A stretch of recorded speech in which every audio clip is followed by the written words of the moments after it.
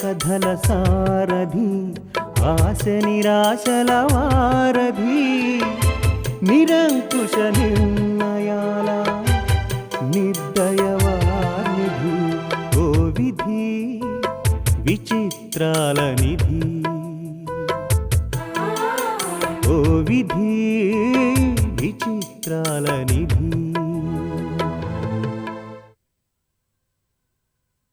Deepak, get out from here. వీళ్ళకి ఎలాగూ లేదు, కనీసం నీకైనా కామన్ సెన్స్ ఉండదు. Deepak, you are exceeding your limits. Aunty, మీరు కూడా వీళ్ళని వెనకేసుకొస్తున్నారా? అరే, అవతల నేను సీరియస్ గా వర్క్ చేసుకుంటున్నానని తెలుసు, ఇంట్లో పసిపిల్లాడు నిద్రపోతున్నాడని తెలుసు. చీకటి పడ్డ దగ్గర నుంచి ఇప్పటి వరకు నాన్ స్టాప్ గా ఒకటే ఏకైకలు పక్కపక్కలు. ఇది నా ఇల్లు, నా ఇష్టం.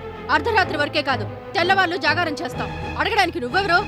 మర్యాదగా వీళ్ళందరికీ సారీ చెప్పు. హద్దులు మరిచి ప్రవర్తిస్తున్నందుకు మీరంతా చెప్పాలి సారీ. ఇంత సినికల్ గా ఆలోచించేవాడిని భర్తగా ఎలా యాక్సెప్ట్ చేస్తున్నావు నాకు అర్థం కావట్లేదు భార్గవి. అది నేనైతే ఎప్పుడూ మెడపెట్టి బయటికి గంటిస్తుందండి. Mrs Dolly.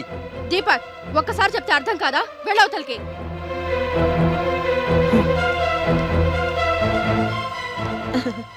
ఫ్రెండ్స్, ఇతను పాయింట్అవుట్ చేసినందుకైనా ఈ రాత్రంతా మనం ఇలానే స్పెండ్ చేయాలి. కమాన్. అయిన సన్మానం చాలు, ఇంకా మనం ఎందుకు ఇక్కడ ఉండడం? Come on friends, let us make a move. అరే, అతని మాటలు మీరు పట్టించుకోకండి.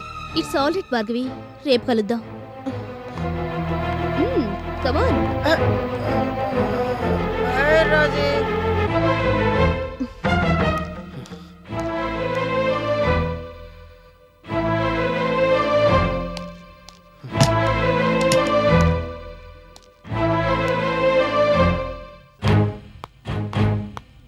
దీపక్, దీపక్, తలుపు తీ. దీపక్, దీపక్, దీపక్, చెప్పేది నీకే. Open the door.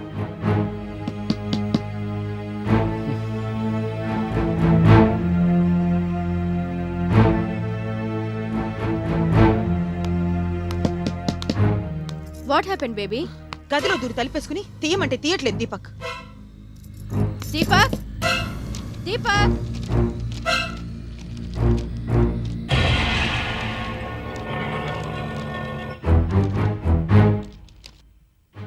దీపక్. కోపంలో ఉన్నట్టున్నాడు. నా గదికి వెళ్దాం పదా. నా గది నీ గది అని కాదు మమ్మీ, ఈ ఇల్లు నాది. ఎక్కడైనా ఉండగలను నేను. అసలు ఈ ఇంటి మీద అతని పెత్తనం ఏమిటి అని ఓపిక పట్టే కొద్దీ మరీ విసిగిస్తున్నాడు మమ్మీ. మేనర్స్ తెలీదు, కల్చర్ లేదు. అరే, ఇంటికి వచ్చిన వాళ్ళకి కనీసం మర్యాద ఇవ్వడం కూడా తెలీదు. నో, తను ఇలాగే బిహేవ్ చేస్తూ పోతే ఏదో ఒక రోజున I will kick him out. నెమ్మదిగా. ఏ, వింటే ఏం చేస్తాడు? ఇంకా గట్టిగా అంటాను, అరిచి మరీ చెప్తాను. నా ఎదుట నా ఫ్రెండ్స్ ఇన్సల్ట్ చేసింది కాకుండా నా గదిలోకి నన్ను వెళ్ళనివ్వకుండా చేస్తాడా? ఏమనుకుంటున్నాడు అతను? Within fraction of second road మీద నిలబెడతాను. రేపొద్దున మాట్లాడుకోవచ్చు పదా. No mummy, I'm డిస్కస్టెడ్.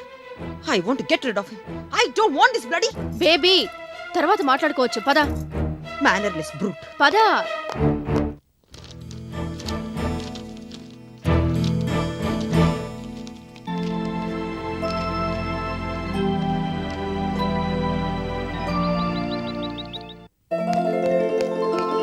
అమ్మా, అమ్మా, ఆయా అమ్మ ఎక్కడ? ఏమ్మా దీప్తి, అమ్మతోనే గాని పని ఈ ఆయాతో లేదా? త్వరగా చెప్పాయా, మళ్ళీ తను వచ్చేస్తున్నాడు. తను అంటే? ఓ, ఆయ కూడా ఇక్కడే ఉంది. Very good. నువ్వు ఆయతో చెప్పు, నేను అత్తయ్యతో చెప్తాను. నో, అమ్మతో నేనే చెప్తాను. లేదు, నేను చెప్తాను. నేను చెప్తానన్నారా? లేదు, నేను చెప్తా అన్నాగా. నేనే చెప్తాను. కాదు, నేనే చెప్తాను. నేనే చెప్తాను. నేను. నేను. కాదు, నేను. నేను. నేను. నేను. కాదు, నేనే చెప్తాను. నేనే చెప్తాను. Please. Good, be like that. అత్తయ్య ఎక్కడ? I say please. ఎప్పుడో దీప్తి చిన్నతనంలో ఇలాంటి ఆట ఏదో ఆడినట్టు జ్ఞాపకం. తనే నాకు నేర్పించిందండి. ఇంతకీ అత్తయ్య ఎక్కడ? తనకు గుడ్ న్యూస్ చెప్పాలి. లక్ష్మి, ఇక్కడ ఇద్దరు చంటి పిల్లలు చేరి అల్లరి చేస్తున్నారు, త్వరగా రా.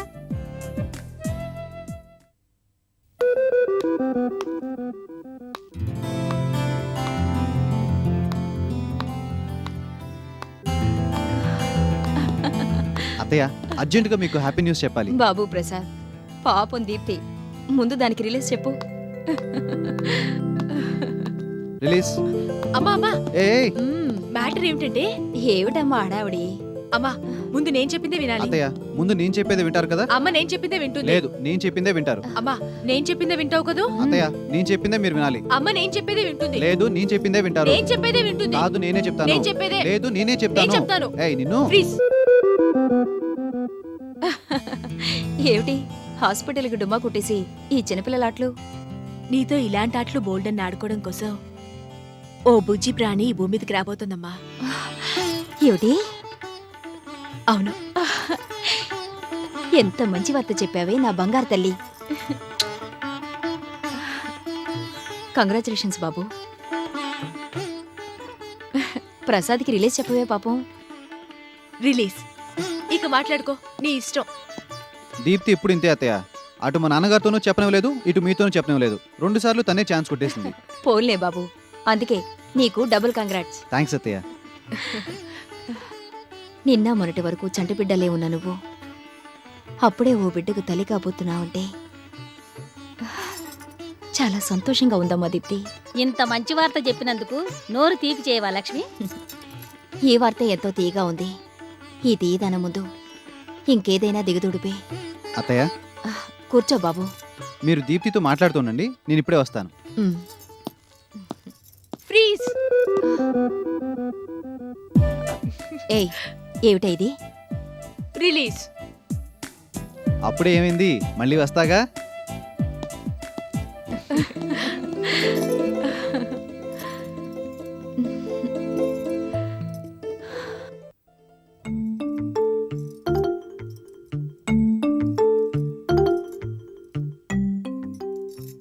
ఏవండి, ఏమిటి మీరు చేసే ఉద్యోగం మంచిదేనా? ఏమిటా పిచ్చి ప్రశ్న? ఆహా, మంచిదేనా అని. ఇన్నాళ్ళు రాని డౌటు ఇప్పుడు ఎందుకు వచ్చినట్టు? రోజు ఉద్యోగానికి వెళ్ళొస్తున్నారు, నెల తిరగగానే ముష్టి 5,000 తీసుకొచ్చి నా మొహాన కొడుతున్నారు. ముష్టి 5,000? కాక మూటలకు మూటలు తెచ్చి ఇంట్లో పేరుస్తున్నారా తమరు? అడుక్కునే వాళ్ళకు వేసినట్టు 5,000 మొహాన పారేసి మీ ఆయన చేత గాడిద చాకరీ చేయించుకుంటోంది లక్ష్మి. కాస్త మంచి ఉద్యోగం ఇవ్వచ్చు కదా అంటున్నారు ఇరుగు పొరుగు. ఎవరే అంటున్నవాళ్ళు? ఇలా నా ఎదురుగా రమ్మను, చెప్తాను ఒక్కొక్కళ్ళ సంగతి. అంత కోపం దేనికట? మీరు లక్ష్మికి బాగా తెలిసిన వాళ్ళు కదా, మీ ఆయన కాస్త మంచి ఉద్యోగం ఇస్తే బాగుండేది అన్నారు. అందులో తప్పే ఉంది? నాలాంటి వాడికి ఇంతకన్నా మంచి ఉద్యోగం ఇవ్వడం ఆ దేవుడి వల్ల కూడా కాదు. ఉద్యోగం మంచిదే అయితే మీ కారు ఎందుకు ఇవ్వరు, బంగ్లా ఎందుకు ఇవ్వరు అని అడుగుతున్నారు ఇరుగు పొరుగు. కార్లు బంగ్లా లేకనే కాబోలు, మనిషివి చిక్కి సెలవైపోతున్నావు రాను రాను. అవన్నీ కాదండి, మీకు పై సంపాదన ఏమీ ఉండదా? మళ్ళీ అలాంటి పాడు కూతురు కూసావంటే నీ నోరు కుట్టేస్తాను, జాగ్రత్త. అయ్యో, కాస్త నెమ్మదిగా మాట్లాడండి. ఇరుగు పొరుగు విన్నారంటే అపార్థం చేసుకుంటారు. నలుగురు నన్ను అడిగిన మాట నేను అడిగాను. ఈ మాత్రానికి ఇంత పౌరుషానికి పోవాలా? ఇలా అడిగి అడిగి కదే గంగిగోవు లాంటి గవర్నమెంట్ ఉద్యోగం ఊడిపోయేలా చేసావు. పై సంపాదన అంటూ నన్ను పీడించుకు తిని ఆఖరికి నాకు ఈ గతి పట్టించావు. సమయానికి లక్ష్మి ఆదుకుంది కాబట్టి సరిపోయింది, లేకపోతే ఇద్దరం ఏ గంగలో దూకాల్సిన మాటే కదా. మాటి మాటికి లక్ష్మిని వెనకేసుకొస్తారు.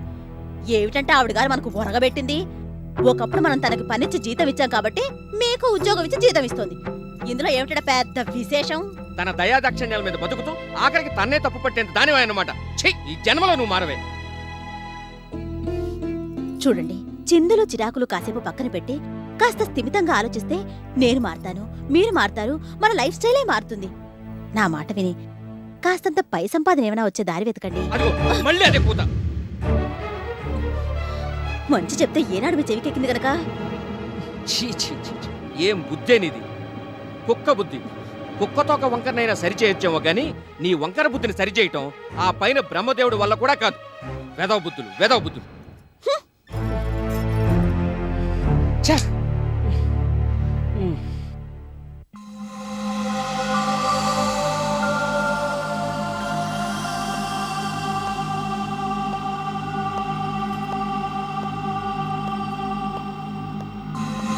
బేబీ, రాత్రి భోం చేయలేదు, ఇవాళ పొద్దున టిఫిన్ కూడా చేయలేదు. ఏమిటిది మరీ చిన్నపిల్లలా? ఎవరి మీద కోపం? నా మీదనా? నీ మీద నేనెందుకు కోపంగా ఉంటాను మమ్మీ? మరి నీ అల్లుడనే హోదాలో ఒకడు తగలడ్డాడు కదా ఇంట్లో. దీపక్ మీద నీకు అంతగా కోపం ఉంటే అది అతని మీద చూపించు. నాతో మామూలుగా మాట్లాడొచ్చుగా. నా మూడేం బాలేదు మమ్మీ, నన్ను మాట్లాడించొద్దు ప్లీజ్. అతను ఇంట్లోనే ఉన్నాడుగా, పిలిచి లెఫ్ట్ అండ్ రైట్ ఇవ్వు. అంతేగాని నువ్విలా డల్గా ఉండడం నేను చూడలేను బేబీ. ఫారెన్లో చదువుకున్నాడంటే కాస్త కల్చర్ తెలిసి ఉంటుంది అనుకున్నాను కానీ క్లబ్ మెంబర్స్తో క్లోజ్గా ఉంటే కసరుకునేంత మీన్ మెంటాలిటీ ఉంటుంది అనుకోలేదు మమ్మీ. ఛా, అతని బిహేవియర్ గుర్తొస్తుంటే కంపరంగా ఉంది నాకు. భార్గవి, ఓసారి ఇలా వస్తావా? అతగాడి నౌకర్లు ఎవరు ఇక్కడ లేరని చెప్పు మమ్మీ.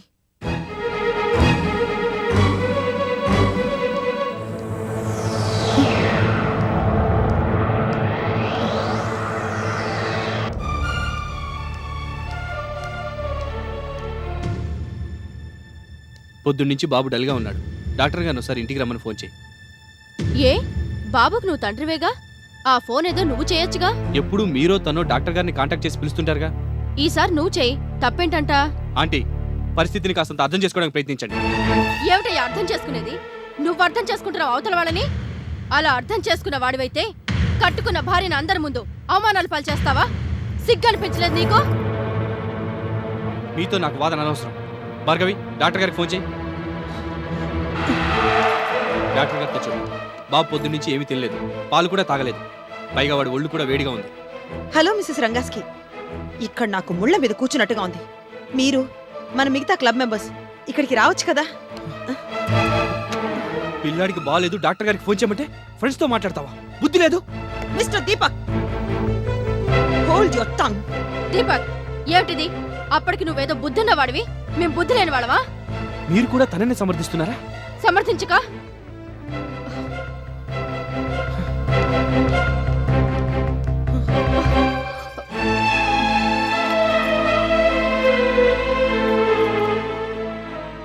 Hello doctor.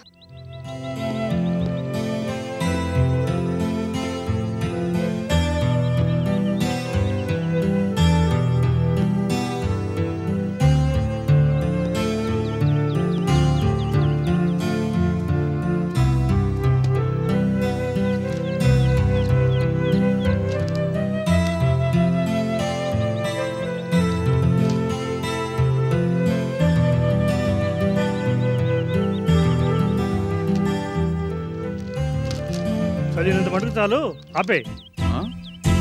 సందు దొరికితే చాలు, దండకం చదివినట్టు చదువుతావు. అవునయ్యా, ఇప్పుడు కాదన్నది ఎవరు? నీ ఒక్కడికైనా అవసరాలు? మనిషి అన్న ప్రతివాడికి అవసరాలుంటాయి. ప్రతి అవసరానికి డబ్బుతో అంతో ఇంతో లింక్ ఉంటుంది. నీకు అవసరమైనప్పుడల్లా నేనేదో బాకీ ఉన్నట్టు నన్ను డబ్బు అడుగుతామే. ప్రస్తుతానికి నా దగ్గర డబ్బేమీ లేదు, నన్ను వదిలే. ఇక్కడ 10 మంది పెద్ద మనుషులు వెయిట్ చేస్తున్నారు. పెట్టే ఫోను. Sorry mister Ravindra. పర్వాలేదు సార్. ఎవరండి ఫోన్లో? వాడే, ఆ గడ్డం వెదవ. ఎప్పుడో ఒక పనిలో వాడి సాయం కోరిన నేరానికి ప్రతిసారి ఫోన్ చేయడం, డబ్బు సాయం చేయమనడం. అలాంటి వాళ్లను కాస్తంత జాగ్రత్తగా చూసుకుంటూ ఉండాలి. మరీ అంత హార్ష్గా మాట్లాడితే ఎలా? 100 అడిగినప్పుడు ఓ 10 చేతిలో పెట్టి పంపితే సరి. ఆ 10తో సరిపెట్టుకునే బాపతే అయితే పోనీ అలాగే చేద్దును. మిగతా 90 ఎప్పుడు ఇస్తారనే రకం వాడు. వాడి సంగతి అలా ఉంచు. కానీ నువ్వు వెళ్ళిన పని ఏమైంది? ఆ ఆఫీసరు మొట్టమొదట మేకపోతు గాంభీర్యం చూపించాడు. ఓ 100 రూపాయల బండిలోటి బయటికి తీసి గాలి విసురుకుంటున్నట్టు చేత్తో ఆడించేసరికి ఓ మెట్టి దిగి దంగిరి పింగిరిగా మాట్లాడాడు. అవసరమైతే అలాంటి కట్టే మరొకటి సమర్పించుకుంటాను అనేసరికి తిన్నగా తనే వెళ్ళి ఈ ఫైల్ తీసుకొచ్చి చేతిలో పెట్టాడు. ఇప్పుడు ఈ అనాకాని ఇండస్ట్రీ పెట్టి దీపక్ అనే అమాయకుడు ఎవరిని ఉద్ధరిస్తాట? అతని సంగతి అంతుపట్టదు. అతని పట్ల మేడం గారు చూపించే నెగ్లిజెన్స్ ఒక పట్టాను అంతుపట్టదు. ఈ అత్తాళ్ళుళ్ళ గొడవ ఏమిటో గానీ ఇంత మటుకు నాకు అర్థం కావటం లేదు. ఒకటి అయింటుందిలే రవీంద్ర, కొంపలో ఏదో గొడవ రగులుతూ ఉంది. ఈ కుర్రాడు అడ్డం తిరిగినట్టున్నాడు. మేడం మాట కాదని ఈ పనికి పొనుకొని ఉంటాడు. ప్రెస్టేజ్ కోసం కాబట్టి మేడం ఈ పని నీకప్పగించింది. ఏమో, ఈ ఫైల్ తీసుకెళ్లి మేడం గారికి ఇస్తే ఓ పని అయిపోతుంది. ఇంకెందుకు ఆలస్యం, బయలుదేరు మరి. అంటే అభినందన సభ లేదా? స్టాక్ అయిపోయిందయ్యా. అయిపోతే తెప్పించడమేంటే? టైం పడుతుందయ్యా. పడితే పట్టనివ్వండి. అర్జెంట్ పనులేం లేవా? ఈ టైంలో మందును మించిన అర్జెంట్ పనులే ఉంటాయి. ఓ ఫోన్ కొట్టండి, స్టాక్ వచ్చాకే బయలుదేరుతాను.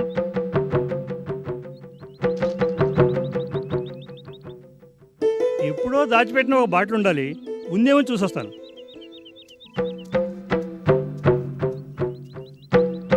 మన దగ్గర హరికథలు.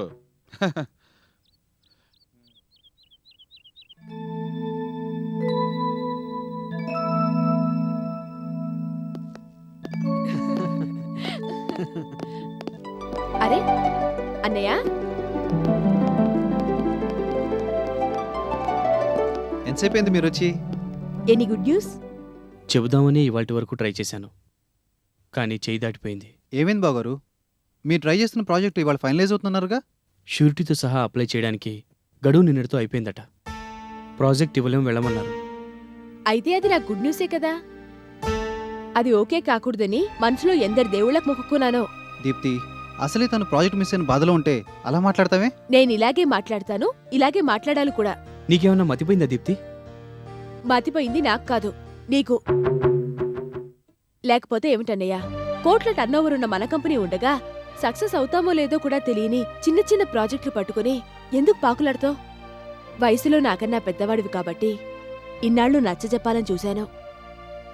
ఇవాళ పెద్దరికాన్ని తెచ్చిపెట్టుకుని చెప్తున్నాను, నువ్వు అమ్మ దగ్గరికి వెళ్ళు. అతి చనువు తీసుకుంటున్నా అనుకోకపోతే ఒక చిన్న మాట.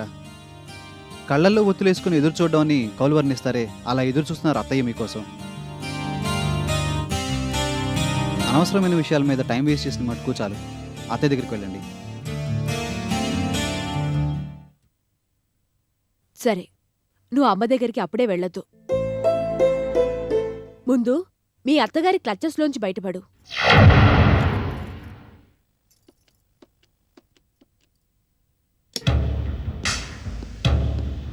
Excuse me madam. ఇప్పుడే కదా మిస్టర్ రవీంద్ర మాట్లాడి వెళ్లారు. నేను అలా వెళ్ళి సీట్లో కూర్చున్నానో లేదో మినిస్టర్ గారి పేషి నుంచి ఫోన్ వచ్చింది మేడం. ఏమిటట విశేషం?